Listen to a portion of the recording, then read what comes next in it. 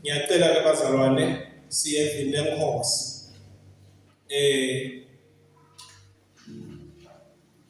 Namuhla lesihloko lesenhlitweni yami lesithi ke be ready for the coming of Christ.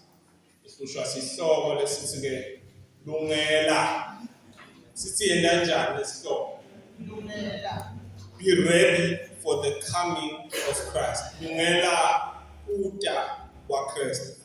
Ake sivule amabhayibheli bazalwane laba waphethe noma lisecingweni iBhayibheli lakho in the book of Matthew chapter 25 where we will read verse 1. Sehle amavesi maningi ngicela ukuthi asifunzele lapha fluently. Sitawuhamba siyofika verse 13. Matthew bazalwane chapter 1. Chapter 25. Yeah, funa ukubona. Yalalela mbaba. Chapter 25 verse 1. Sehle siyofika indasi verse 13. Sifunzele lo satholini babe sifunzele baba. Verse 1. Ngaleso sikhathi umbuso wezulu uyawufanana nentombi lelishuku. Letathatha tibane tato taphuma tayohlangabeza umyeni. Letisihlanu tatitilima, letinye letisihlanu tatihlakaniphile. Leti letatitilima tatsatsa tibane tato kodwa tangete tawaphatsa emafutsa ekukhanyisa. Kanti leti letahlakaniphile tatsatsa tibane tato tatiphatsela nemafutsa. Ngenxa yekwephuta komyeni kufika tetela tonke talapha. Kwathi ekhathini ebusuku kwevakala umsindo menyelwa kuthiwa nalo umyeni phumani nimhlangabeze. Tavuka ke tonke leto tinvombi letatilishuku talungisa tibane tato. Leti letatitilima tatsi leti letahlakaniphile siphele bafutsa kulawa elo ngobe tibane tetfu tiyacisha. Kepha letahlakaniphile taphendvula tathi cha ngeke asenele tsine nani. Lokungqono hambani niye kulaba bathengisako niye titsengela kubo. Tathi tisehambile tiye uthenga kwefika umyeni. Leti letatilungele tangena kanye naye edzilini lemshado umnyango wavala. Emva kwesikhathi tefika letinye tintombi tathi Nkosi sivulele. Kodwa umyeni waphendula wathi ngicinisile ngithi kini anginathi. Ngakho-ke lenzani ngobe lilanga nemzuzu ningakwati. Hallelujah. Ngicela bazalwane sivume namhlabeleli sitothandaza sibonge livi bese siyalibuka kafishane. Funa sithi mangabikho osanayo omhlaba gwele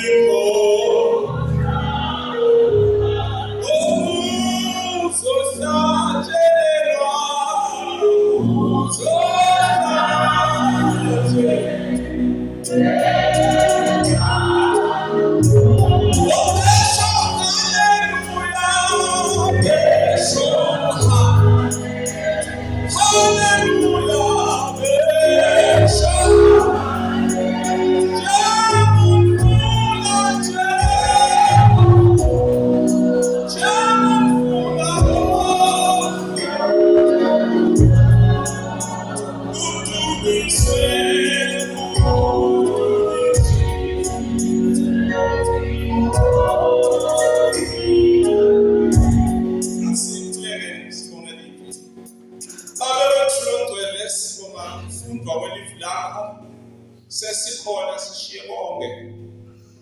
Babe iqiniso lithi manje manazanaza labeka ngasibamba singaphumelele endlini yakho. Kodwa usiholile Nkosi wasigcina wasilondoloza, and at this time you want to talk to us, O God. Vula ke Nkosi indlebe zethu sibe imihlabathi lenonile. Vula Nkosi our hearts sibe imihlabathi levunzile. Qiniso Nkosi ukuthi sithi asifuni thina sibambe livi lakho sishishimbe nawe. Kodwa Nkosi sethembe amandla akho.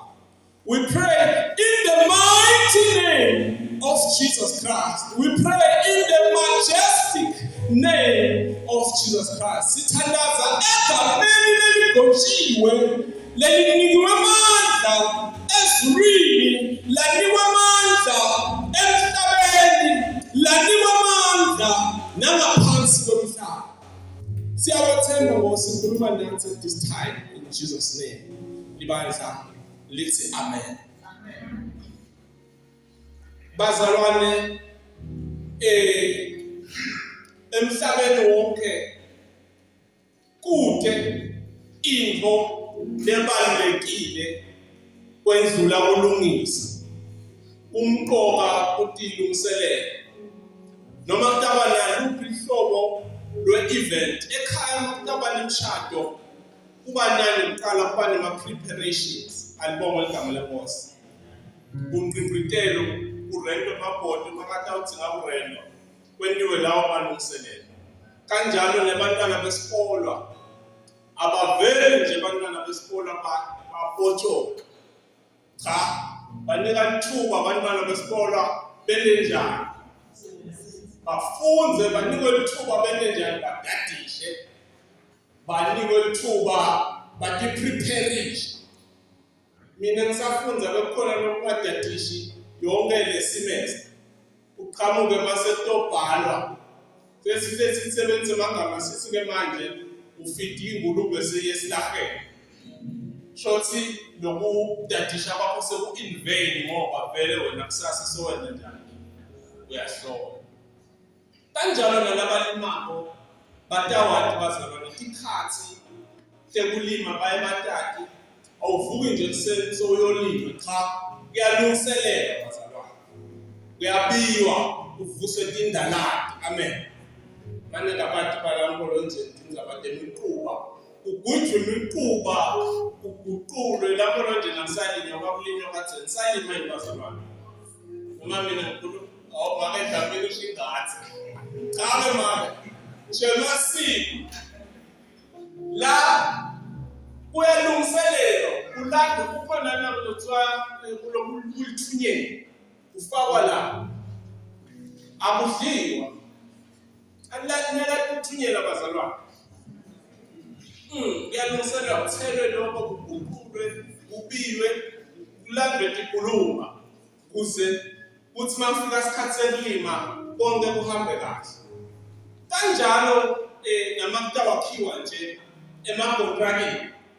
Kwenziwa kanjani nakhona kuyalungiselela. Wakhala nomnye make sengichisha nomnye baba. Noma imali yakhe yakhisha phela lezi lafisa yakhulika kancane kakhulu.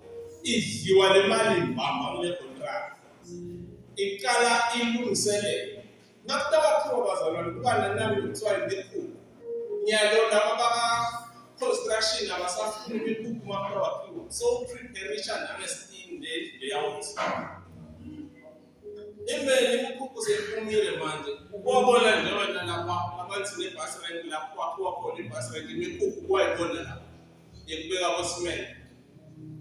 Imikhulu akusalungiselelwa ngasekulungiselelwa ngaphelele imiqi usalungiselela. Kuba nalapho kuthiwa ngama-temporary toilet akhiwe adule. Kube nabo-temporary fencing mawedlula la ngaphandle ungahawukeli intindo emathulusi ngale mikhathi ungawabona.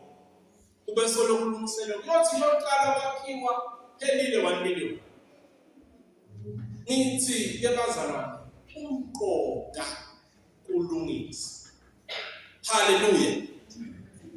Kunjani kulungisa? Kanjalo ke bazalwane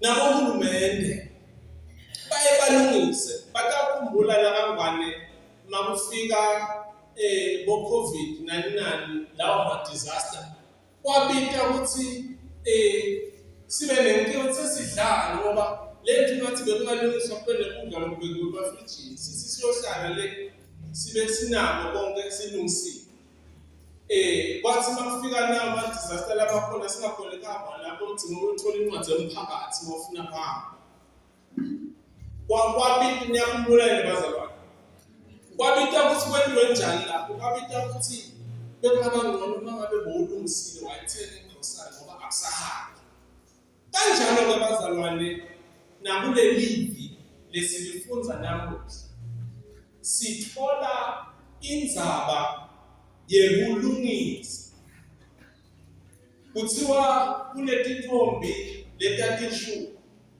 mhlawumbe sangisho ukuthi le ndzaba lena ayisiyo indzaba mhlawumbe labanye baye bashumayele ngayo bachaze bungcwele akusiyo indzaba le-emphasize mhlawumbe bungcwele kodwa indzaba lekhuluma ngembuso kaNkulunkulu so kuthiwa letintombi letishumi taphuma tayabuye mhlawumbe ngingakachazi ngekulungiselela kulokuphuma kwaletintombi angisho ukuthi phela bekunelisiko lemshado esiveni semaJuda njengoba nanamuhla makushadwa kunendlela lekwentiwa ngayo alibonga igama lenkosi kuthiwa ke lapha bekuba ne-engagement beku-engagwa le-engagement beyi-strong kakhulu kangangokuba kuzibhidlike bekudingeka tinkantolo kudzingeke tinhlobo letiningi letahlukahlukene temthetho kuzibhidlike bekungafani nema-engagement kanamuhla uthole ukuthi i-engagement ayinavali alibonga igama lenkosi so kuthiwa-ke uthi umlando lo myeni bekaye athi anga-engage bese uyahamba uyolungisa indzawo lapho khona kutawubuya alanze le bride bese soyisa khona nabe amen khona abelungisa-ke athathe le bride kuze ahambe nayo nayo-ke le bride beyiba nenkonzo yekuthi ilungise ngingathi-ke ukuthi ama-makeup bekakhona nato tonke tinhlobo tekulungisa lawo ma-manicure nalawo lokasetinyaweni ingekho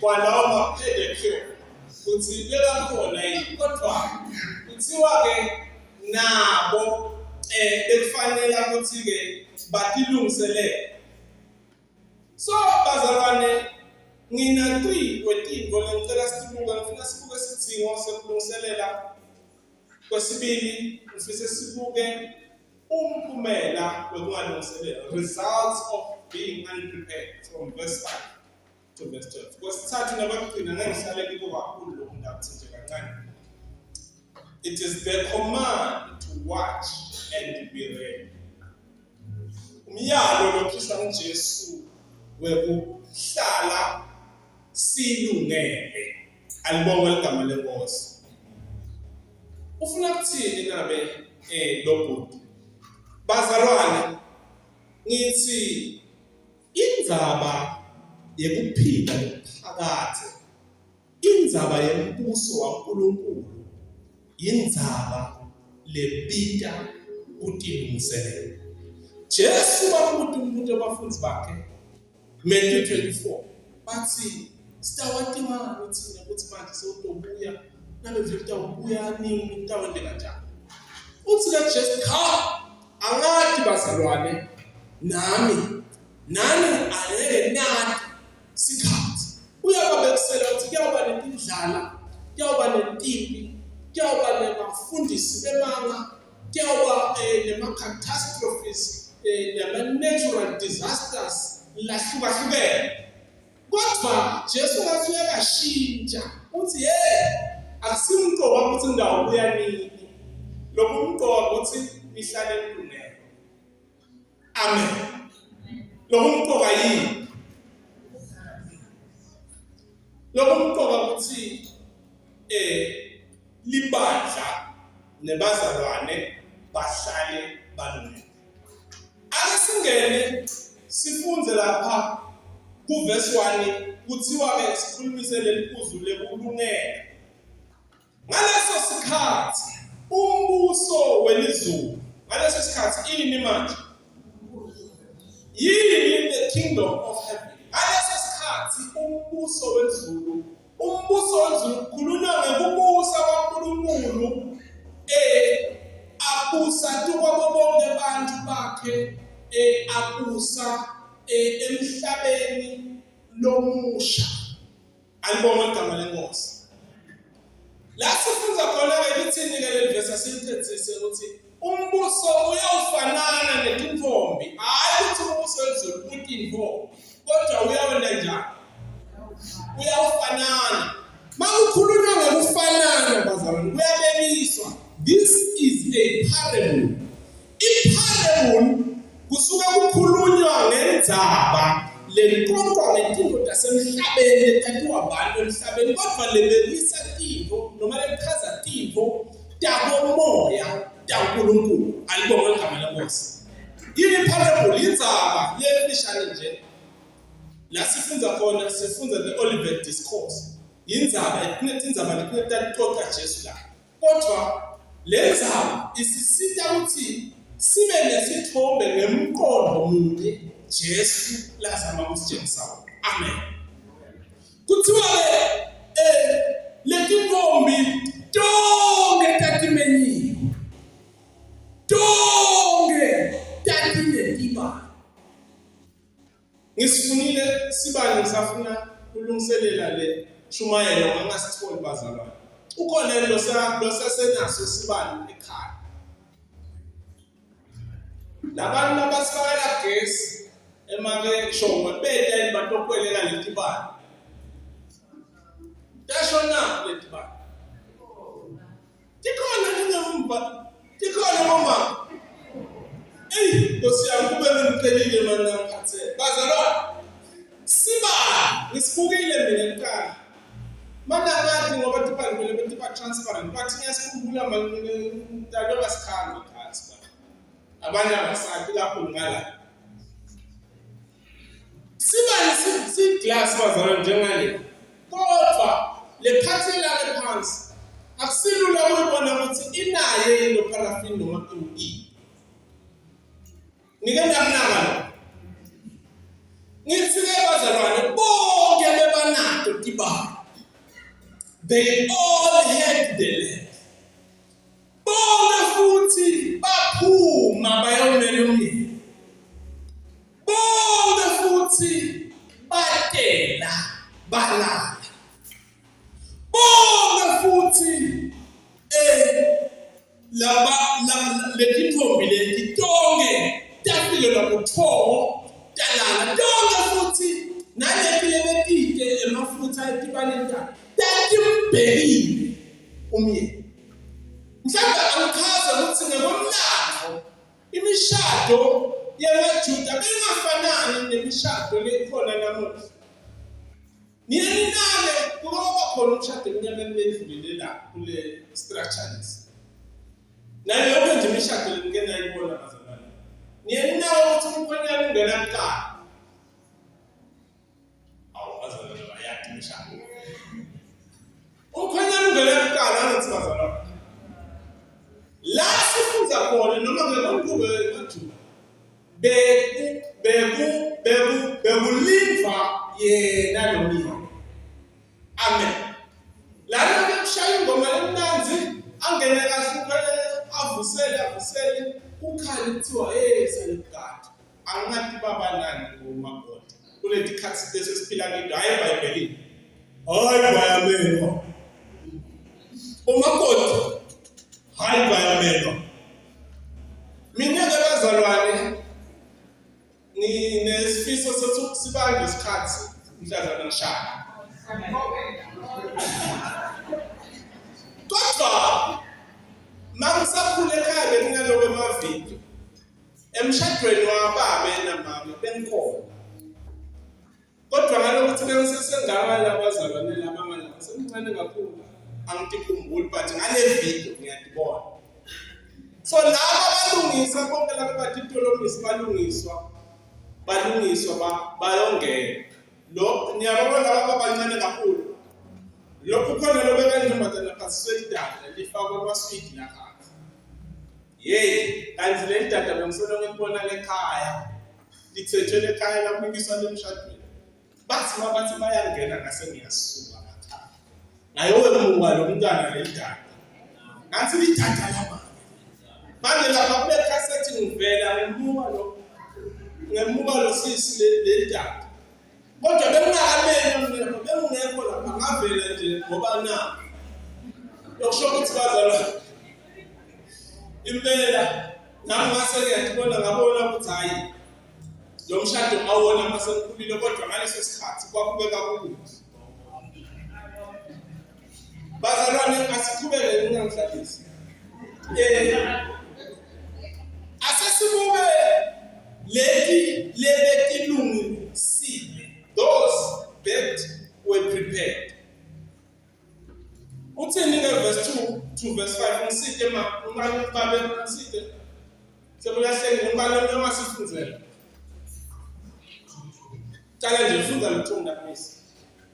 That this plan started to live, the people started to live. Later live, that's something about that. What we're coming to, our parts are not precisely. God, the started to live, that's something about that. That you can't say that. Never they will put up with me. Get that song and that. Yeah. Once they cut them so Man bengifuna lento nje lento kuphela bese uhamba kakhulu. Kodwa bazalwane bantu behlukene kabili umhlaba wonke. Kunebantu liBhayibheli libabuka ngakuthi bantu labalungele noma labalungisile. Number 2, kunebantu labangakalungisi. Bafundisi ke lebantu abathi iBhayibheli kakhulu baye bamese bachaza bathi bakhona la sonbele. Nabo bayakile, nabo banjani kodwa beke le oil. Alibonga igama lenkosi.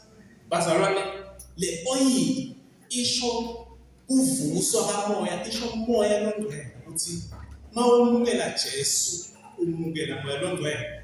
Kodwa njengoba abantu behlukene kabili, iBhayibheli lithi khona labalungisile, khona labangakalungisi.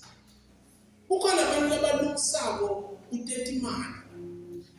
Kukhona abantu labalungisako balungise masingwabesana. Kukhona labalungisako ukufunda ukuthi ngamanye ukuthi ngihamba ngishiye abantwana bami sebafunzile ngoba mawungakafundi sekufuna ithola umsebenzi. Kukhona labanye balungisa physically ukuthi mina ngifuna ukuhlala ngajini angilungele mhlawumbe nami ngihlale ngijini. Kodwa bazalwane kulungela lokukhulu nalokubalulekile kulungela kwentakamoya. Alibonga igama lenkosi. Are you prepared spiritual? Sikhuluma ngendaba yokuphenduka kwemukela Jesu, mawumukela Jesu umukela umoya longcwele.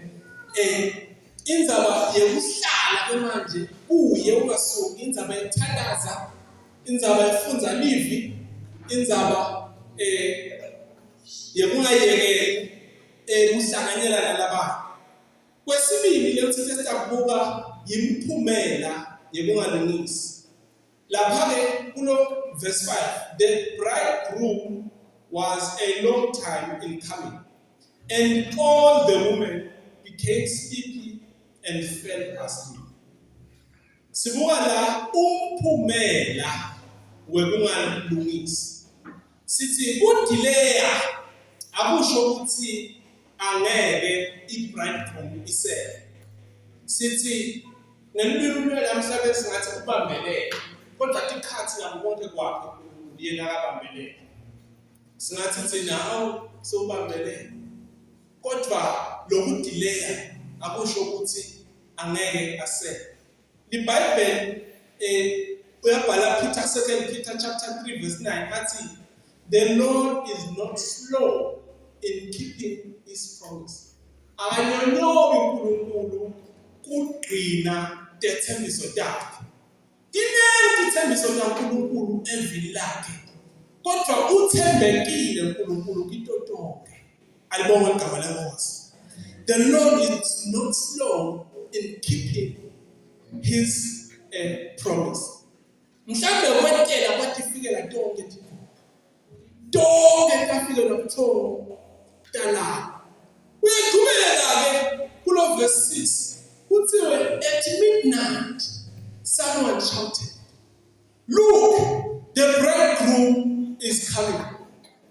Ekhathini ebusuku impela imishado kushadisa ngakho bakungenela nawo. Uhulumeni ubeke ikhathi ukuthi ungashadwa kusukela ngabani kuze kugcine ngabani. Alibonga igama lenkosi. La sifunda khona sithola ukuthi at midnight. Alibonga igama lenkosi. Ase ngakhumbula lo mhlabeleli nothi nanga emathuba semathe. Athi sekuntambama. Seleyo njalo. Lengoma ikhuluma ngawo umshado. Ithi ke sekuntambama. Lana lithi iBhayibheli at midnight. Kwathi ebusuku ngesikhathi bongakagazi. Niyathi ukuthi abazalwane iBhayibheli malithi be ready. Alisho ukuthi thatha isitulo yohlala ngaphandle ubukele isibhakabhakeni. Uthi ngimgazile nodaba lamafu. Cha, likhuluma ngekuphila impilo yokukholwa aze abuye. Alibonga igama lenkosi. Siba ready ngekuhlala ngithandazweni, constant prayer. Siba ready ngekuhlala sizila in fasting and prayer. Siba ready ngekulifunza live lakhe. Sihlale sifunza live lakhe. Siba ready kanjalo. Liphutha ke lesingalenda kucabanga ukuthi sinesikhathi esiningi.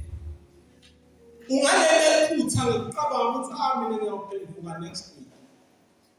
Ungalela liphutha lecabanga ukuthi ngiyafana mosivele vele ngisona mosivele uNkulunkulu uyomthethelela khona le. Cha bazalwane. Sikhathi sekulungisa singala. Akulungiswa manje. Ngiko sitawubona masifika lapha kule verse sitafika sithole ukuthi kuthiwa umnyango wabe uyavala. Umnyango wenziwa kanjani? Umnyango wabe uyavala. Asibuke bazalwane leliphuzu lesithathu sitothandaza. Sithi the door was shut. Awufunza lapha verse 10 ukuthi while they went away to buy oil, the bridegroom came. The women who were ready went in with him to the wedding feast. Then the door, when they ran out, since umnyango wasuyavala. Hey bazalwane, uyovala umnyango. Ngiko lo mhlabeleli bese yashintsha ukuthi batawukhala bathi ma. Bese uthi indzawo injani? Indzawo ise. Hey bazalwane, indzaba yokudoja netikhathi tekulungiswa inkinga. Nelathi levesi lelikwatelo lelithi akusibo bonke labathi ngosi labatona nje. Lokho kusinika umqondo ukuthi kukhona abantu labadojako ngesikhathi sekulungisa. Ngeke kube nebantu lasathi angibali kanti balungise kahle. Alibonga igama lenkosi. Lithi ke iBhayibheli lethi lithatha indima emafutha. Lokho ukuthi atizame takihlupha ngesikhathi lesifanele. Tadoja makulungiswa, tangalungisi. Taphinde tadoja makadilele uyena. Solo akafiki tafike nato tahlala. Kanti ngabe tathi makilala leti tavuthi ngoba sinenawo amafutha sisayawathenga. Cha tahlala. Lithi leBhayibheli ke wathi soyafika. Kwasephuma ngama. Kwathiwa sowufikile umyeni. Kwathiwa njengoba seyafikile umyeni asalephunywa ayohlangajela. Hey bazalwane, siyawuphuma siyomhlangabeza Jesu. Umamele mafundzi incwadi yeSambulo chapter 19. Funza nje yonke le chapter but precisely verse 6. Lithi uyobudwa kuthiwe bobanda. Lithi kuyawuvakala siqumbi sibantu kungazuthi libhudlo lemfundo bahlabe. Thina when we come sesiyongena edilini bazalwane siyongena ngeke. Lithi iBhayibheli liyawuhlabelela lithi haleluya. Haleluya. Lithi akadunyile. Kuthiwa thina bazalwane masivela siyabe sesilungele. We will be ready when we come. Nibahlabela umnganamyeni athi when he comes will you be ready? Uthi malibuya libonethu uyabe ulungele. Ungamala uthi liBhayibheli lithi umshado lo yakho uyafundisa namawo basefeso. Libandla lesinye sizathu lesenta ukuthi Jesu solangabuyi ukuthi lihambe livangele umhlaba wonke. Kodwa lesinye esikhona ukuthi libandla lilungele ukubuya kwakhe. Alibonga igama lenkosi. Vele phela bazalwane sifana thina eMahedeni. Siyalazi iqiniso nelikusasa. Ngenxa yokuthi sineBhayibheli, we know of the future. We know of the eschatology, which are the future things. Siyazi ngoba liBhayibheli liyasitshela livela uNkulunkulu alizange selwamkambe na. Lithi ke livela uNkulunkulu encwadini yeSambulo chapter 19 verse 6. Vele kuyoba khona umshado le. Kuthiwa kuyoba leJerusalema lelisha masofunda verse ku chapter 31. Kuthiwa kuyodlula konke. Kuyoba nelizulu.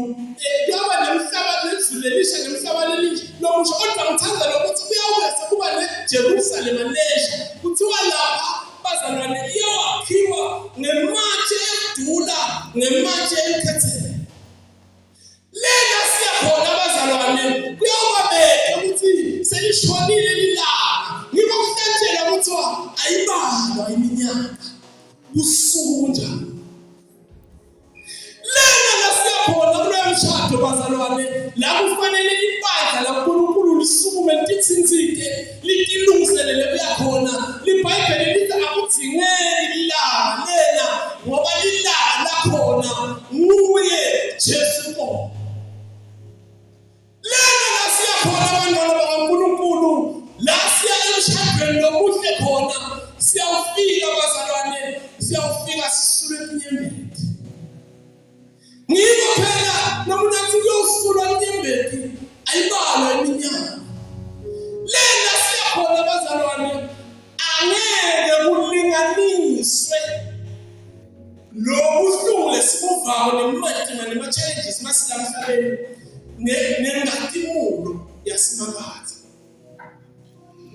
Bazalwane kunenzawo lapho khona ukugula kuyawujajwa. Kunenzawo lesiyakiyo lapho khona kufa kuyawumehlulelwa kuyawufakwa ekwehlulelweni kungesabi khona kufa. La siyakhona abantwana bakaNkulunkulu we shall cry no more. Hayi kuloyo mshado it is a feast kuyadliwa. Kuloyo mshado abantwana bakaNkulunkulu lesiyakuyo hayi lena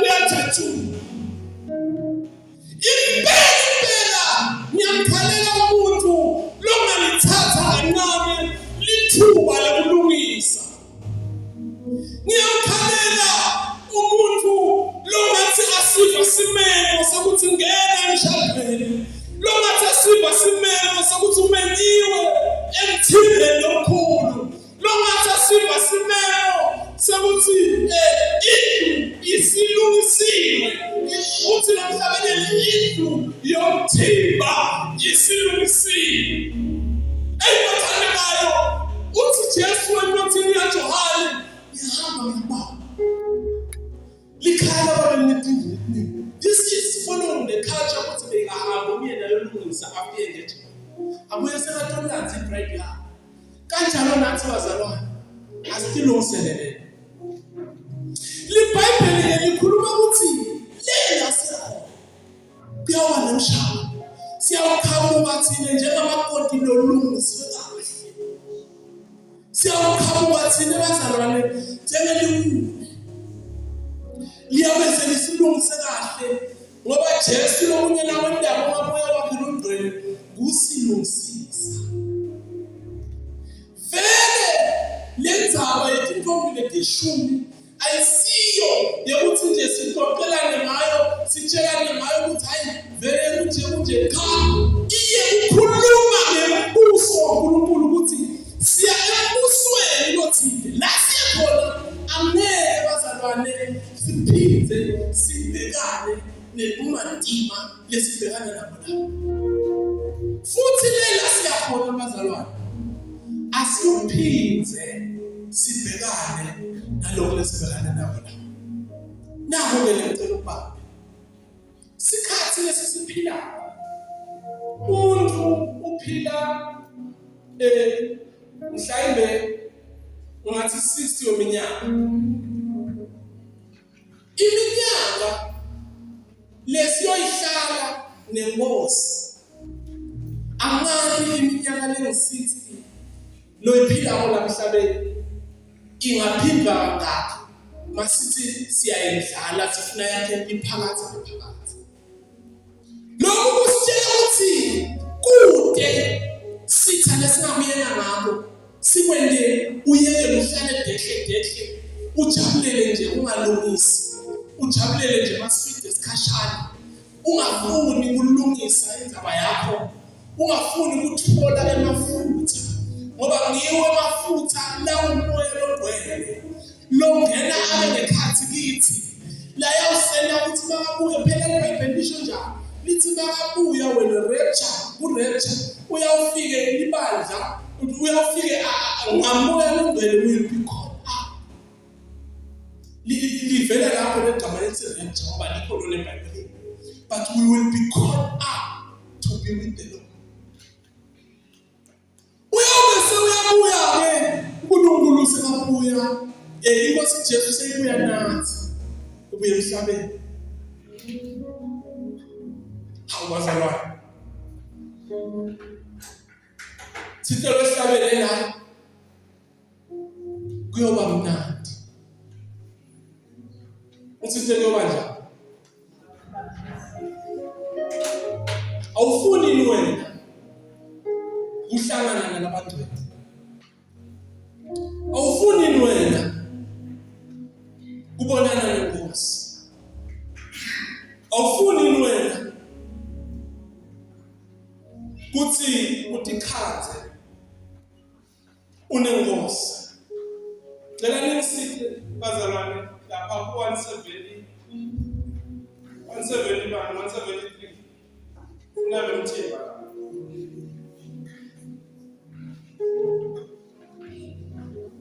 Iko nindalo asumeni bazalwane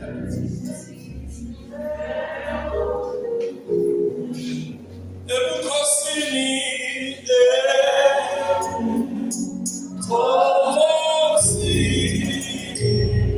ebukhosini